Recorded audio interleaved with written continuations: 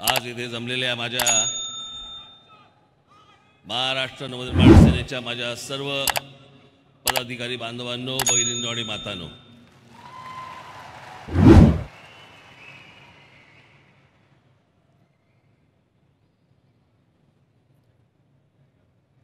निवडणुका कोणत्याही क्षणी जाहीर होतील. आज अनेक लोकांनी इथे आज आपल्याकडे पक्षामध्ये प्रवेश केलेले आहेत. ही सुरुवात आहे.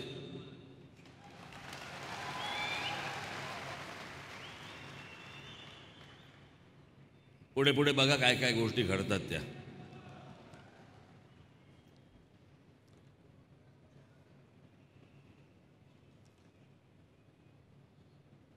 हल्ली ते स्वागताचे हार बघितले,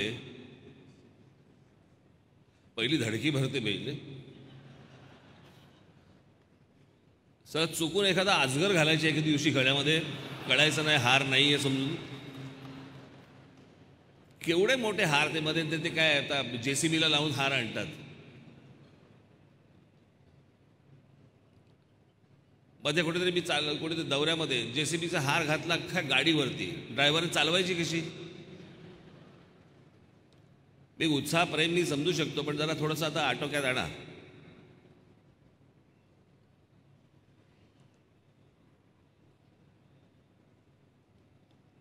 आज भाषणाला मी सुरुवात करण्यापूर्वी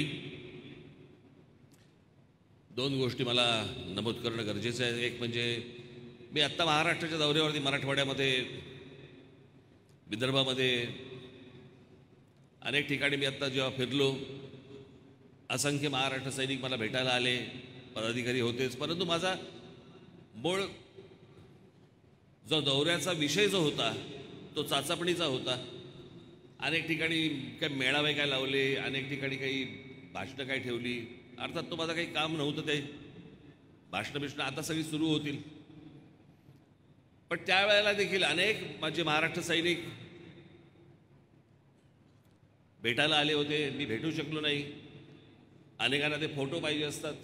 मी खरंच सांगतो, मागे एकदा मी म्हटलं होतं नाही का, माझी राष्ट्रपतींकडे एक माझी विनंती आहे, भारताच्या राष्ट्रपतींकडे, मला एक खून माफ करा. एक खून. ज्याने मोबाईलमध्ये कॅमेरा आणला ना, त्याचा मला खून करायचा.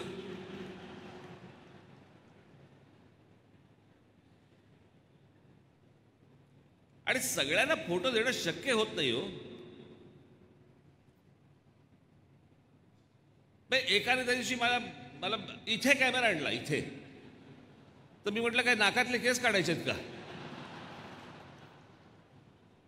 कुठेही कॅमेरा धरतात, काही करत असतात. आणि बरं कशासाठी? म्हणजे बरं कित्येक पदाधिकारी तर मी बघतो, वर्धापन दिन असला तरी फोटो काढतात, वाढदिवस असला तरी फोटो काढतात, त्यांचा वाढदिवस असला तरी फोटो काढतात. अरे थांबणार आहे की नाही काहीतरी? एखाद्याचा फोटो नसेल तर मी समजू शकतो फोटो काढला. दरवर्षी आपले दरवेळेला येऊन फोटो काढ. अहो आजार आहे हा, आजार.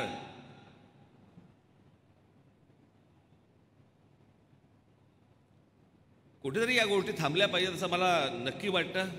कारण याचा मला त्रासही होतो, अनेकांना त्रास होत असेल या गोष्टींचा. पण त्याच्यामुळे मी अनेकांना भेटू शकलो नाही, माझ्या महाराष्ट्र सैनिकांना भेटू शकलो नाही. त्याबद्दल मी त्यांची दिलगिरी व्यक्त करतो इथे, की मला आपल्याला नाही भेटता आलं. परंतु या दौऱ्याच्या पुढच्या दौऱ्यांच्या दरम्यान मी जास्तीत जास्त भेटण्याचा मी आपल्याला सर्वांना प्रयत्न करीन. 2006ला ज्या वेळेला पक्ष स्थापना आपण केली, पक्ष स्थापनेच्या वेळेला शिवतीर्थावरती जी आपली सभा झाली, त्या सभेमध्ये मी असं म्हटलं होतं की या जगामध्ये, पु ल देशपांड्यांचं वाक्य होतं हे, या जगामध्ये असे खूप कमी पाय उरलेत की ज्यांच्या पाया पडावंसं वाटतं, ज्यांच्या पाया पडावंसं वाटतं. अशी एक व्यक्ती काल परवा आपल्यातनं निघून गेली. माझे अत्यंत जवळचे स्नेही होते ते, या देशाचे मानबिंदू होते. त्या रतन टाटा यांना आपण एक मिनिटं उभं राहून सर्वांनी श्रद्धांजली आपण अर्पण करूया.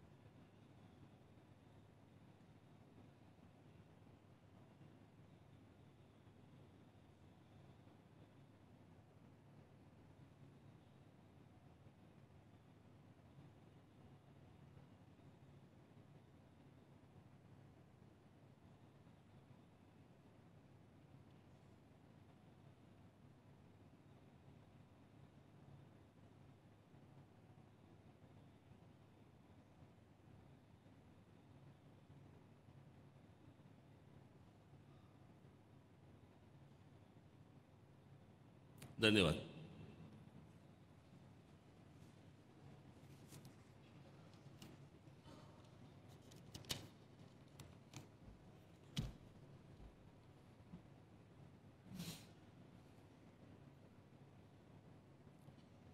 एक अत्यंत उमदा माणूस, माझं नशीब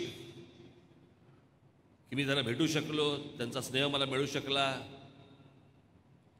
अनेकदा त्यांना मी भेटू शकलो, बोलू शकलो, अनेक विषयांवरती मी त्यांच्याशी गप्पा मारू शकलो.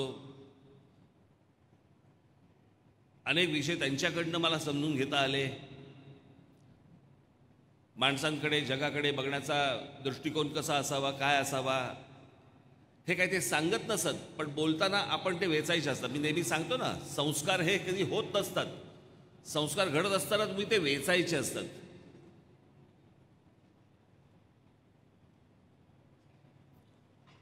आणि अशा अनेक गोष्टी त्या माणसाकडनं आज मलाच नाही, देशाला, जगाला मिळाल्या. काल परवा जिकडे मी गेलो, त्यांचं त्या संपूर्ण टाटा परिवारातले अनेक सगळेच लोक त्यांना तिथे आदरांजली, श्रद्धांजली अर्पण करायला आले होते. एक विलक्षण माणूस. मला तो अजूनही प्रसंग आठवतो. मी बोटॅनिकल गार्डन ज्याला नाशिकला मी केलं, वन खात्याची जमीन होती आणि मी म्हटलं ही वन खात्याची जमीन शहरामधली जमीन, म्हटलं याच्याकडे दुर्लक्ष केलं इथे झोपड्या होणार. आणि मी एक आराखडा त्यांच्याकडे घेऊन गेलो. मी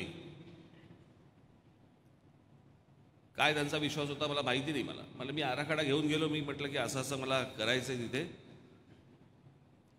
आणि म्हटलं हे सरकारी कामातनं करायला गेलं की म्हटलं ह्यांच्या टक्केवाऱ्यांमध्येच म्हटलं सगळं बोंबलून जाईल. म्हटलं मला CSR फंड म्हटलं तुमच्याकडनं पाहिजे आणि त्याच्यातनं तुम्ही स्वतः लक्ष घालून म्हटलं ही गोष्ट झाली पाहिजे असं माझी इच्छा आहे. त्यांनी सगळं पाहिलं. मग त्यांची माणसं बोलवली. मला म्हणलं किती खर्च येणार आहे. म्हटलं मला नाही माहिती किती खर्च येणार आहे.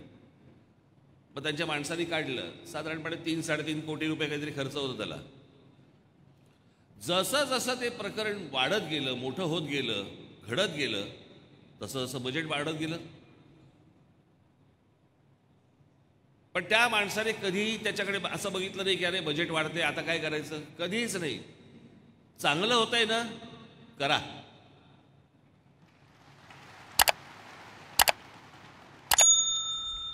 $3-3.5 कोटीचं प्रोजेक्ट त्यांचीच माणसं सगळे करत होते. शेवटी गेलं ते साधारणपणे 14 कोटीवरती. पण माणूस थांबला नाही. मी नंतर त्यांना विनंती केली, स्वतः व्हिजिट करायला आले, बघायला आले. आणि त्यांना समाधान वाटलं की बाबा जे झालंय ते उत्तम झालंय, नाशिककरांसाठी उत्तम झालंय, महाराष्ट्रासाठी उत्तम झालंय. आणि मला तिथेच त्यांनी मला सांगितलं, मला म्हटलं अजून दुसरं काही असेल तर मला सांगा, मला तुमच्याबरोबर काम करायची इच्छा आहे.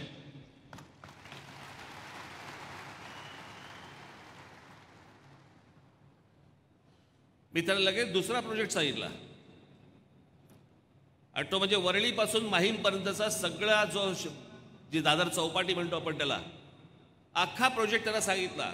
त्यांनी माणसं लावली. सगळ्या मिठी नदीचा सर्च बिर्च तुम्ही काय करतात, अशा प्रकारची विचारधारा महाराष्ट्रामध्ये मला कळेच ना हे काय चालू आहे.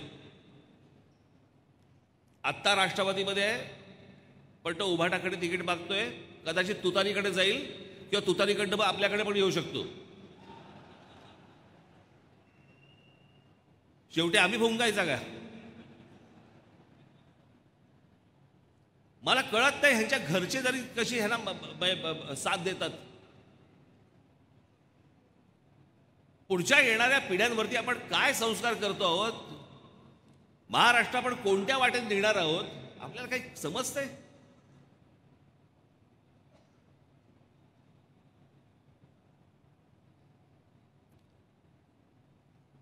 शरद पवार सांगतायत, मला एक गोष्ट नाही कळली कधी. शरद पवार सांगतात की आमचा पक्ष फोडला. तुम्ही काय केलं आयुष्यभर.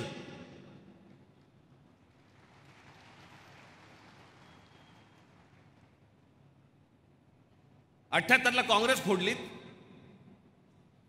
91ला शिवसेना फोडलीत, त्याच्यानंतर नारायण राणेंचं झालं, ते गेले, त्यांना फोडलं. तुम्ही कसल्या फोडाफोडीच्या गोष्टी बोलताय? आणि अजित पवारांबद्दल मी बोललोच होतो. इतके दिवस झाले, बरेच दिवस ओरडत होते, आता काहीतरी गुलाबी जॅकेट घालून फिरतात. कोणी सांगितलं मला माहिती नाही. भारतीय जनता पक्ष यांना स्वीकारतो तरी कसा या लोकांना? अजित पवार भारतीय जनता पक्षामध्ये यायच्या अगोदर 8 दिवस अगोदर पंतप्रधान नरेंद्र मोदी सांगतात की 70,000 कोटीचा भ्रष्टाचार केलेल्या लोकांना आम्ही जेलमध्ये टाकू. जेलमध्ये टाकायच्या ऐवजी मंत्रिमंडळात टाकलात.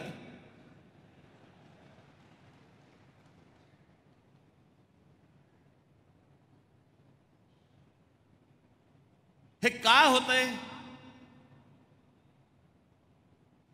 मी नेहमी तुम्हाला सांगत आलो, हे एवढ्यासाठीच होतंय कारण तुम्हाला गृहीत धरलंय. गृहीत, सर्वांना तुम्हाला गृहीत धरलेलं आहे. काय कराल काय तुम्ही? कोण आहात तुम्ही? मिंदे लाचार या महाराष्ट्राचे सगळे तुम्ही फक्त नुसती जनता. आम्ही निवडणुकीच्या तोंडावरती येऊ, पैसे फेकून तोंडावरती मारू, मतं घेऊन जाऊ तुमच्याकडनं. तुम्ही काय करणार आहात? त्याच्यानंतर आम्ही वाटेल तसे आम्ही वागू, वाटेल तसे आम्ही पैसे ओरबाडू. आज ती लाडकी बहीण योजना काढली आहे, पैसे देत आहेत. कोणी मागितलं होते पैसे? मला आपल्याकडच्या राजकारणाचा उद्देशच कळत नाही, हेतूच कळत नाही. मागितले कोणी आहे तुमच्याकडे पैसे? आज या मी तुम्हाला लिहून देतो, या लाडक्या काय बहीण योजना आहे ना, गेल्या महिन्याचे पैसे येतील, कारण निवडणुका तोंडावरती आहेत. याही महिन्याचे येतील, पुढच्या महिन्याचे येतील, नंतर येणार नाहीत.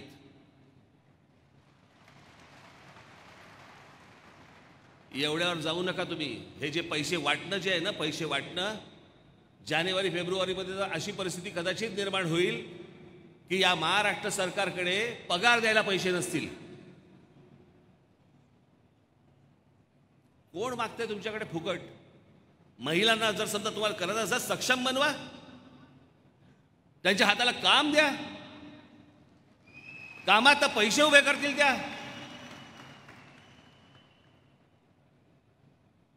एवढ्या सक्षम तर महाराष्ट्रातल्या माझ्या महिला आहेतच, भगिनी आहेतच. त्यांना मार्ग दाखवा. फुकट कसले पैसे देताय?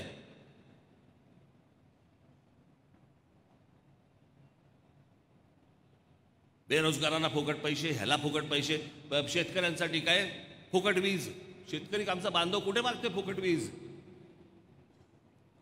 तो म्हणतोय मला विजेमध्ये सातत्य द्या, थोडे कमी पैशात द्या, पण वीज तर मला मिळू देत. कोणी या देशामध्ये राज्यामध्ये काही कोणी कोणाकडे फुकट मागत नाहीये. ह्यांना सवयी लावायच्या आहेत लोकांना.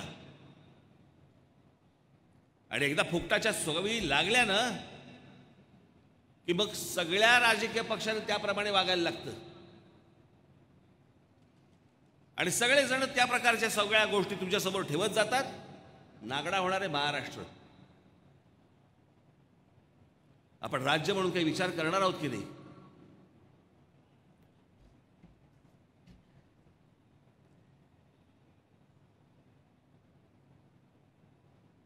या सगळ्या गोष्टींबद्दल मी तुम्हाला सांगतो, हाताला काही लागणार नाही बाबांनो.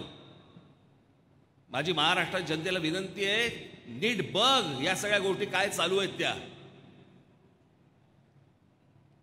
मी आता मराठवाड्यामध्ये गेलो होतो, तिथे मला ते भेटायला आले लोक. मराठा समाजाला आरक्षण द्या. मी म्हटलं होतं माझी भूमिका मी तुम्हाला अगोदरच सांगितलेली होती. माझ्या महाराष्ट्रामधल्या माझी स्वतःची इच्छा आहे, माझ्यात ती धमक पण आहे की ती मी पूर्ण करू शकतो. जे मी पूर्ण करू शकतो त्याचा मी तुम्हाला शब्द देऊ शकतो.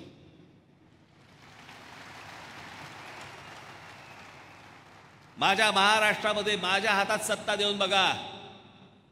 माझ्या महाराष्ट्रामधला एकही तरुण आणि एकही तरुणी कामाशिवाय राहणार नाही.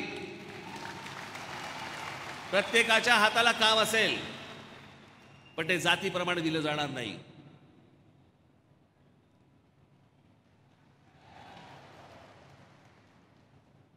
ह्या सगळ्या गोष्टी तुम्ही नीट समजून घ्या. हे आरक्षण मिळू शकत नाही, ही गोष्ट होऊ शकत नाही, हे प्रत्येकाला माहिती आहे.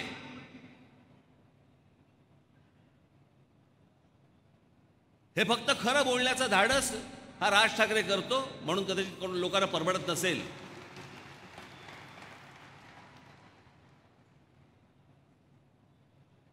पण जी गोष्टच होऊ शकत नाही. मला अजूनही आठवतंय, एक मोर्चा आला होता मुंबईमध्ये.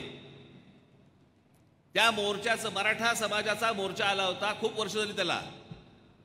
त्या मोर्चाचं स्वागत हे त्याच्यावर, त्या व्यासपीठावरती भाजपचे लोक होते, राष्ट्रवादीचे लोक होते, काँग्रेसचे लोक होते, शिवसेनेचे लोक होते, अजूनही कोणतरी होते. आणि सगळ्यांनी सांगितलं की मराठा समाजाला आरक्षण मिळालं पाहिजे. मग अडवले कोणी? तुम्हाला थांबवले कोणी? फक्त वरवर तुमच्या तोंडाला फक्त पानं पुसायची.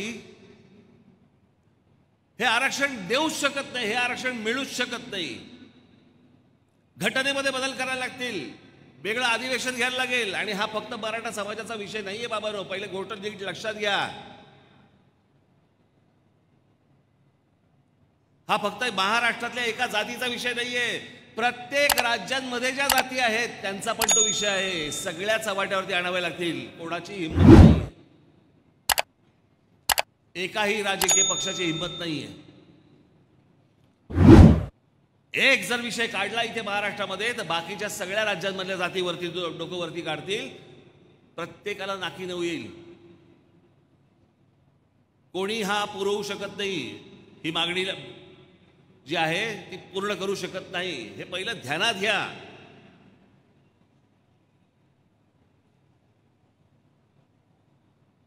कोणताही समाज, कोणतीही जात हाताला कामाशिवाय राहू नये, ही माझी भावना आहे. पण ही सर्व मंडळी तुम्हाला फक्त मतांसाठी म्हणून या सगळ्या गोष्टी भुलतापा टाकते, खोटं बोलतायत.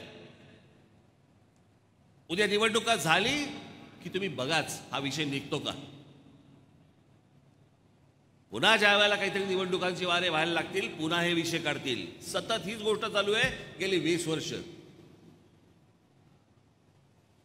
तुम्हाला आठवत आहेत महाराष्ट्रभर मराठा समाजाने शिस्तीमध्ये, मी इतके शिस्तीमध्ये मोर्चेच पाहिले नव्हते कधी.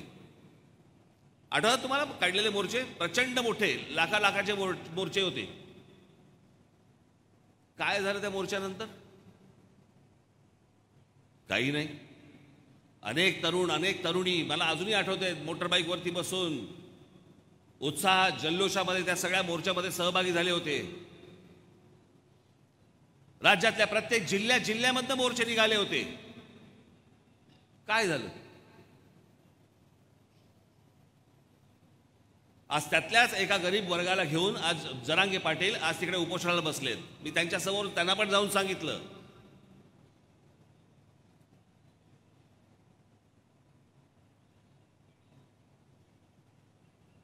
मागणी आहे ना, मग कशी करायची हे पण सांगा.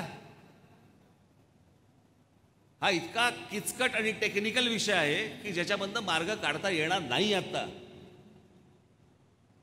आणि हे सगळं शरद पवारांपासून सगळ्यांना माहिती आहे, सर्वांना माहिती आहे ही गोष्ट.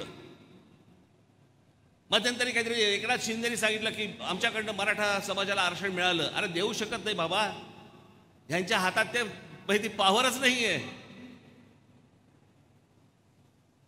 राज्य सरकार ती गोष्टच करू शकत नाही. अशाच प्रकारची एक गोष्ट तामिळनाडू सरकारने केली होती. अजूनही सुप्रीम कोर्टामध्ये रेंगाळतोय तो विषय. झालेला नाही, होणार नाही. माझ्या महाराष्ट्रामध्ये उद्योगधंदे कसे जास्ती येतील, माझ्या महाराष्ट्रातल्या अगदी कानाकोपऱ्यातल्या माझ्या मुलांना, माझ्या मराठी मुलांना, मुलींना कामं कशी मिळतील, नोकऱ्या कशा मिळतील, उद्योगात त्यांना प्रोत्साहन कसं देता येईल, त्याच्यासाठी प्रयत्न करा. फुकट कसले पैसे वाटताय?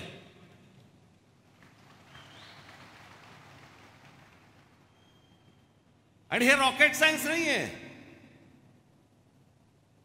हे काही रॉकेट सायन्स नाहीये की समजतच नाहीये. सहज शक्य आहे. पण खोट्या गोष्टी सांगून तुमच्या फक्त भावनांना हात घालायचा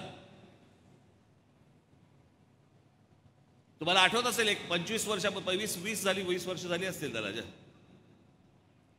18-20 वर्ष झाली असतील. समुद्रामध्ये शिवछत्रपतींचा पुतळा उभा करायचा, आठवतं तुम्हाला? मला असं वाटतं ती आता ते नाही आहे, ते मेटे ना, विनायक मेटे हे त्याला तिकडे सरकारमध्ये असताना त्यांनी ही मागणी केली. स्टॅच्यू ऑफ लिबर्टीपेक्षा शिवछत्रपतींचा पुतळा हा 2 इंच उंच. कोण डोक्यात घालतं त्यांच्या मला माहिती नाही. मी स्वतः स्टॅच्यू ऑफ लिबर्टी पाहिलाय, तो किती उंच आहे तो पाहिलाय. बरं, स्टॅच्यू ऑफ लिबर्टीचा पुतळा हा फ्रान्स सरकारने त्यांना स्वातंत्र्य मिळाल्यावरती अमेरिकन सरकारला भेट दिला होता बनवून, आणि तो एका आयलँडवरती आहे, दगडी आयलँडवरती आहे. त्याच्यामुळे तिकडे काही भराव टाकायची आवश्यकता नाही आहे. शिवछत्रपतींचा स्टॅच्यू ऑफ लिबर्टीपेक्षा अश्वारूढ पुतळा मोठा उंच. आता एवढा जर समजा उंच पुतळा जर समजा झाला, मला शिल्पकला माहिती आहे म्हणून मी तुम्हाला सांगतो. घोडा केवढा झाला?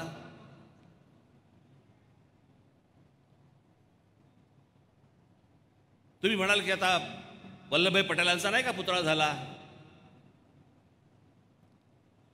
एका बाजूने आपण चायनाला विरोध करायचा, आमची जागा घेतायत चायनावाले, आमची जागा घेतायत चायनावाले, आमची जागा घेतायत, चीनची प्रॉडक्ट्स वापरू नका, हे एका बाजूने बोलायचं. आणि वल्लभभाई पटेलांचा पुतळा कुठून येणार? चीनमधनं बनवून येणार. तो चायनातनं आलाय पुतळा बनवून, आपल्याकडे बनलेला नाही येतो. हाही तसाच बनवायचा.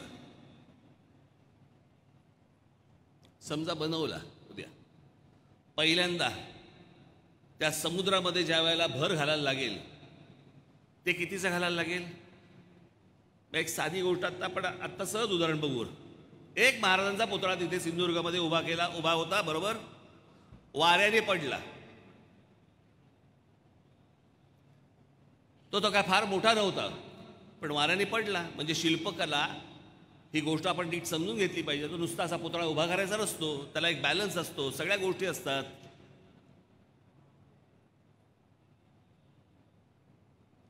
उद्या जर समजा तिथे तुम्ही जो भराव टाकलेला आहे तो भराव जर समजा खचला आणि पुतळा जर समजा हलला, काय होईल? तो भराव नुसता टाकून महाराजांचा जर समजा तशा प्रकारचा पुतळा उभा करायचा असेल, त्याला किमान कमीत कमी बोलतो मी तुम्हाला 15 ते 20 हजार कोटी रुपये लागतील.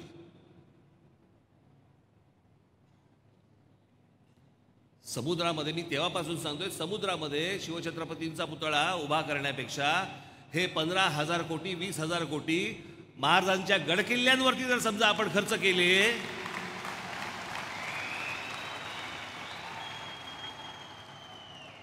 तर भविष्यातल्या येणाऱ्या सगळ्या पिढ्यांना आम्हाला सांगता येईल, अरे आमचा राजा कोण होऊन गेला, त्यांनी काय बांधलंय, अख्खा हा हिंद प्रांत हलवून टाकला ज्या माणसाने.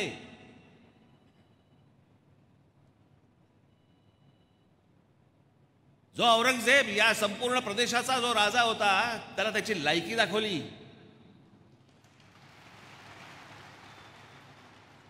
पुढची 27 वर्ष महाराष्ट्रात जाऊन ठाण मांडून बसला आणि इथे मेला. सांगताना काय सांगतात आमचे, 2.5-3 जिल्ह्याचा तुमचा राजा. 2.5-3 जिल्ह्याचा राजा, त्या एवढ्या मोठ्या राजाला इथं आणला आणि 6 फूट बाय 4 फुटामध्ये गाडला. आम्हाला 2.5-3 जिल्हे लागले नाहीत.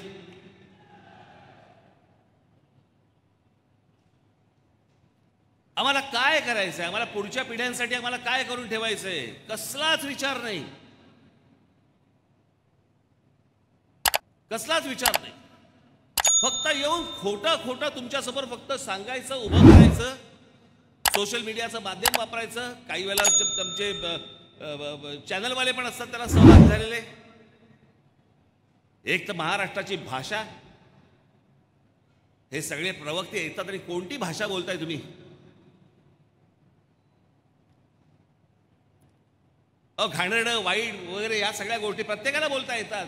कुठे बोलायचं, त्याला काही तारतम्य असतं की नाही?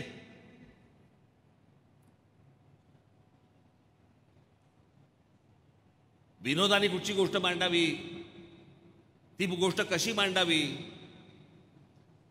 विनोद कुठपर्यंत असावा, शिवी आम्ही तुम्हाला सांगतो. मला अजूनही आठवत आहे पूर्वीच्या काळातली एक गोष्ट. यशवंतराव चव्हाण हे सांगायचे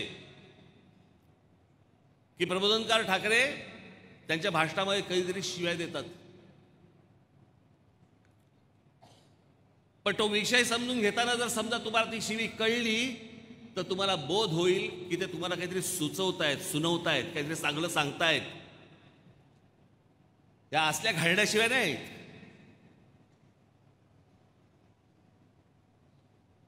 मला भीती या गोष्टींची फक्त सतत मला या गोष्टींची भीती असते की जी लहान लहान मुलं, ज्या लहान लहान मुली जे पाहत असतील हे सगळं टीव्हीवरती, त्यांना वाटायचं हेच राजकारण असतं. उद्या ते दाम दुपटीने तिकडे शिव्या द्यायला लागतील, घाणेरडं बोलायला लागतील, मग काय राहिलं? सुसंस्कृत महाराष्ट्र बनायचा, सभ्य महाराष्ट्र बनायचा, देशाला दिशा दाखवणारा महाराष्ट्र बनायचा. ही दिशा, याला दशा म्हणतात.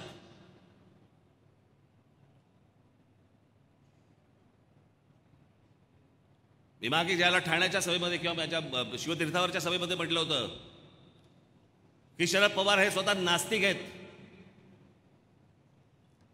देव धर्म काही पाळत नाहीत, आजपर्यंत कधी पाळला नाही. मी कशाला सांगतोय, त्यांच्या मुलीने लोकसभेमध्येच सांगितलंय की माझे वडील नास्तिक आहेत म्हणून.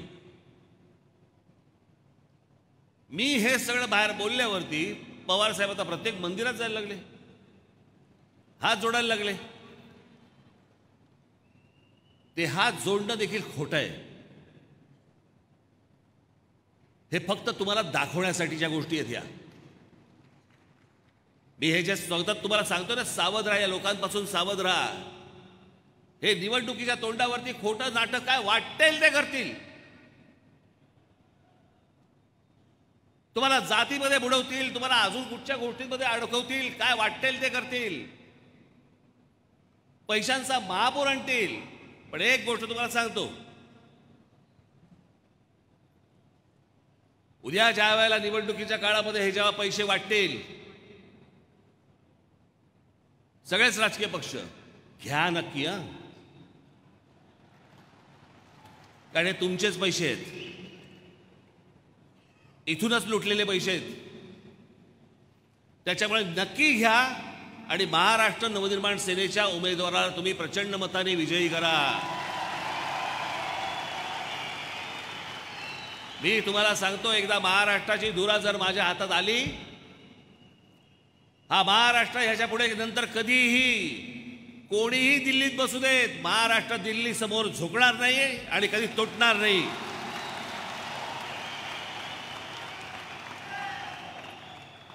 आपला अभिमान, आपला स्वाभिमान आपणच जगवला पाहिजे. कोणी येतंय आणि काही घेतंय. तुमच्याकडे येतात, तो एक उद्योगपती अदानी नावाचा माणूस येतो, विमानतळ घेऊन टाकतो, तुमच्याकडचे पोर्ट्स घेऊन टाकतो, तुमच्याकडच्या खार जमिनी घेऊन टाकतो. काही नाही आम्हाला पडलेली. कोकणामधली एक मोठी जमीन घेत आहेत. हे सगळे उद्योगपती येणार. मी तुम्हाला आज एक गोष्ट सांगतो आणि मी सांगतोय हे अत्यंत विश्वासाने सांगतोय, तपासून बघा. मी जे सतत सांगत आलो ना माझ्या कोकणातल्या लोकांना, माझ्या पश्चिम महाराष्ट्र लोकांना, माझ्या महाराष्ट्रातल्या लोकांना, जमिनी विकू नका. एकदा पायाखालची जमीन गेली ना की तुमचं अस्तित्व काही राहणार नाहीये.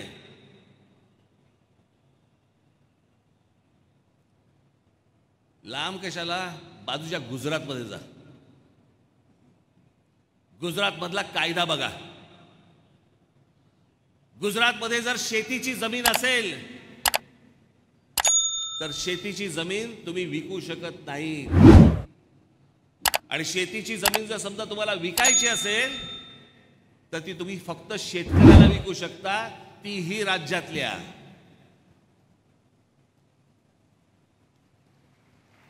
प्रत्येक जण आपापल्या राज्याचा विचार करतो, प्रत्येक जण आपापल्या माणसांचा विचार करतो. आमच्याकडेच फक्त सगळ्या गोष्टींचा लिलाव मांडला जातो.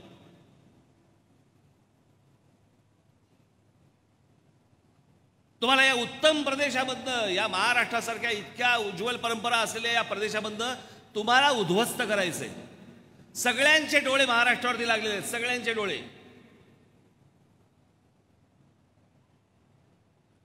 कोण येत आहेत, कोण जात आहेत, कोण काय करतंय, कशाला काही थांगपत्ताच नाही.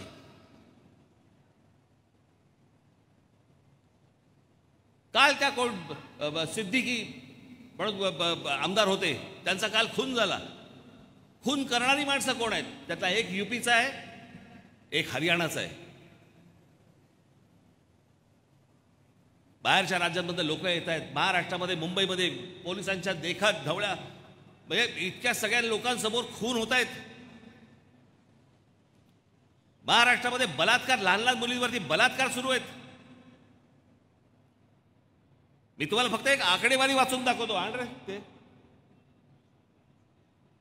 मी त्याशी नागपूरला वाचून दाखवली, मुद्दामून वाचून दाखवली तुम्हाला.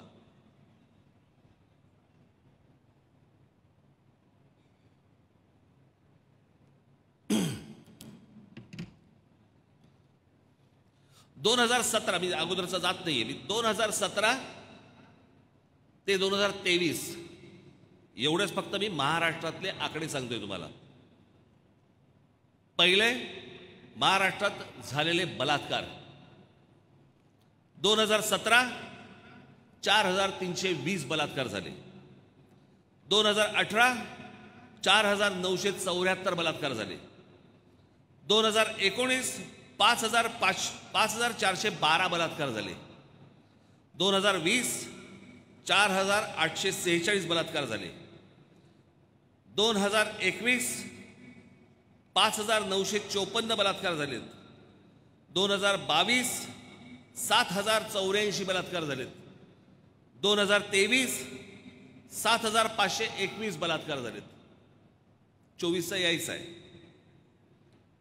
अपहरण, महाराष्ट्रातल्या मुली पळवणे 2017 6248 मुली पळवल्या गेल्या.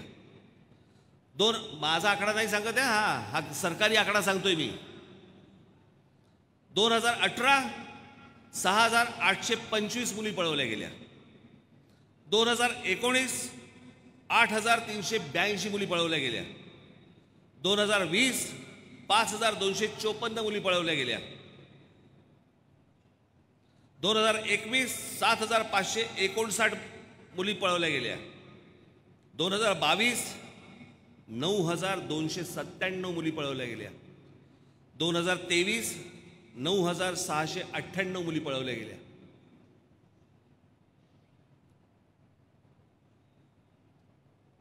हुंडाबळी, नातलगांकडून होणारे अत्याचार, विनयभंग, लैंगिक अत्याचार,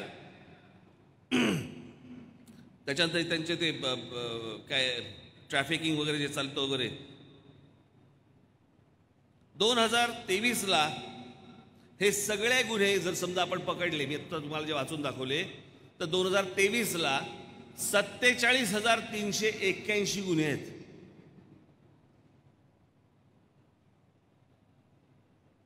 हा समृद्ध महाराष्ट्र.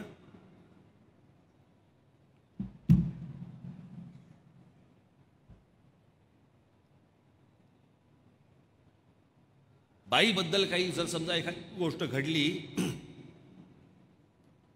तर रांजाच्या पाटलाच्या चौरंग करणारा आमचा शिवराय, या आमच्या शिवरायांनी काय सांगितलं? जी धाक, भीती, ती जी होती कुठे राज्यामध्ये?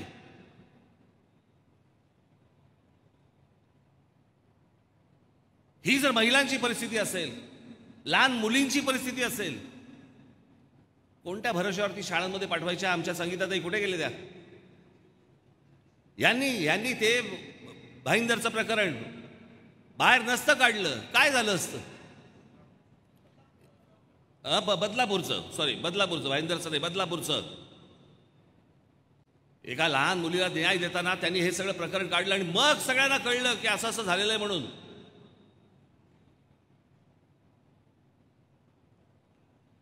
हे सुराज्य, हे स्वराज्य, हे माझं राज्य, हे महाराष्ट्र राज्य.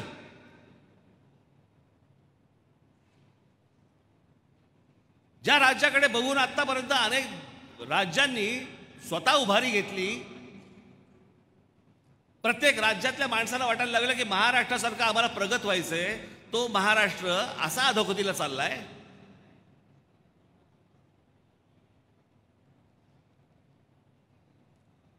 जे मनाला येईल ते तुम्हाला सांगितलं जातंय, जे मनाला येईल ते फक्त शब्द दिले जात आहेत,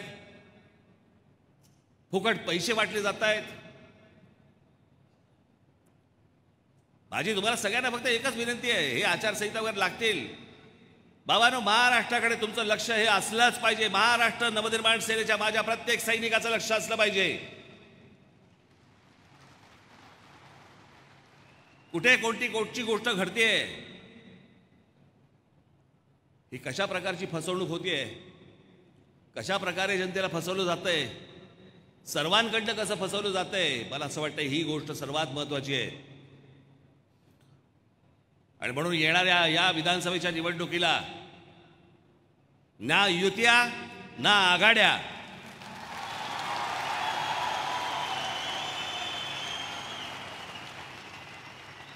आपण स्वतंत्रपणे महाराष्ट्राला सामोरे जाणार आहोत.